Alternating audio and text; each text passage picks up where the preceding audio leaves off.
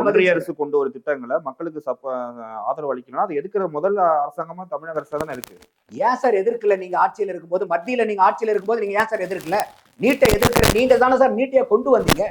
நீட்டை நீங்க கொண்டு வந்துட்டு இன்னொருத்தர் எதிர்க்கணுமா? என்ன நியாயம் இது? எந்த தார்மீக உரிமை இருக்கு? ஜெயலலிதா அம்மையார் வந்து அவங்க தள்ளி போட்டுக்கிட்டு இருந்தாங்க. நீட்டுக்கு முழு விளக்கு கிடையாது. அப்ப என்னைக்கா இருந்தாலும் இந்த நீட்டு வந்தாகும். ஏன் அப்ப இன்னைக்கு போய் நீங்க சட்டப்பூர்வமா இன்னைக்கு சுப்ரீம் கோர்ட்டினுடைய ஆணை பிரகாரம் இன்னைக்கு நடந்துட்டு இருக்குது. எதா இருந்தாலும் சுப்ரீம் கோர்ட்டு போய் நம்ம நீதி வாங்குறோமா இல்லையா? அப்ப அதே சுப்ரீம் கோர்ட் தானே இன்னைக்கு நீட்டுக்கு நீதி கொடுத்துருக்குது. அப்புறம் என்ன? அப்ப கவர்னருக்கு எகென்ஸ்டா வந்து சுப்ரீம் கோர்ட் தீர்ப்பு கொடுத்தா சந்தோஷம், சுப்ரீம் கோர்ட் நல்லது.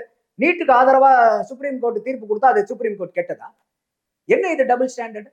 அப்போ நமக்கு எனக்கு என்ன அளவுகோல் வைக்கிறோனோ அதே அளவுகோல்ல தான் அடுத்தவங்களையும் நான் பார்க்கணும்.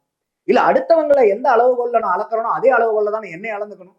என்னை அளக்கிறதுக்கு ஒரு தனி அளவுகோல், உங்களை அளக்கிறதுக்கு ஒரு தனி அளவுகோல்னா ஒரு சிறந்த மனிதனா நான் எப்படி என்னை நான் யோசிக்க முடியும்?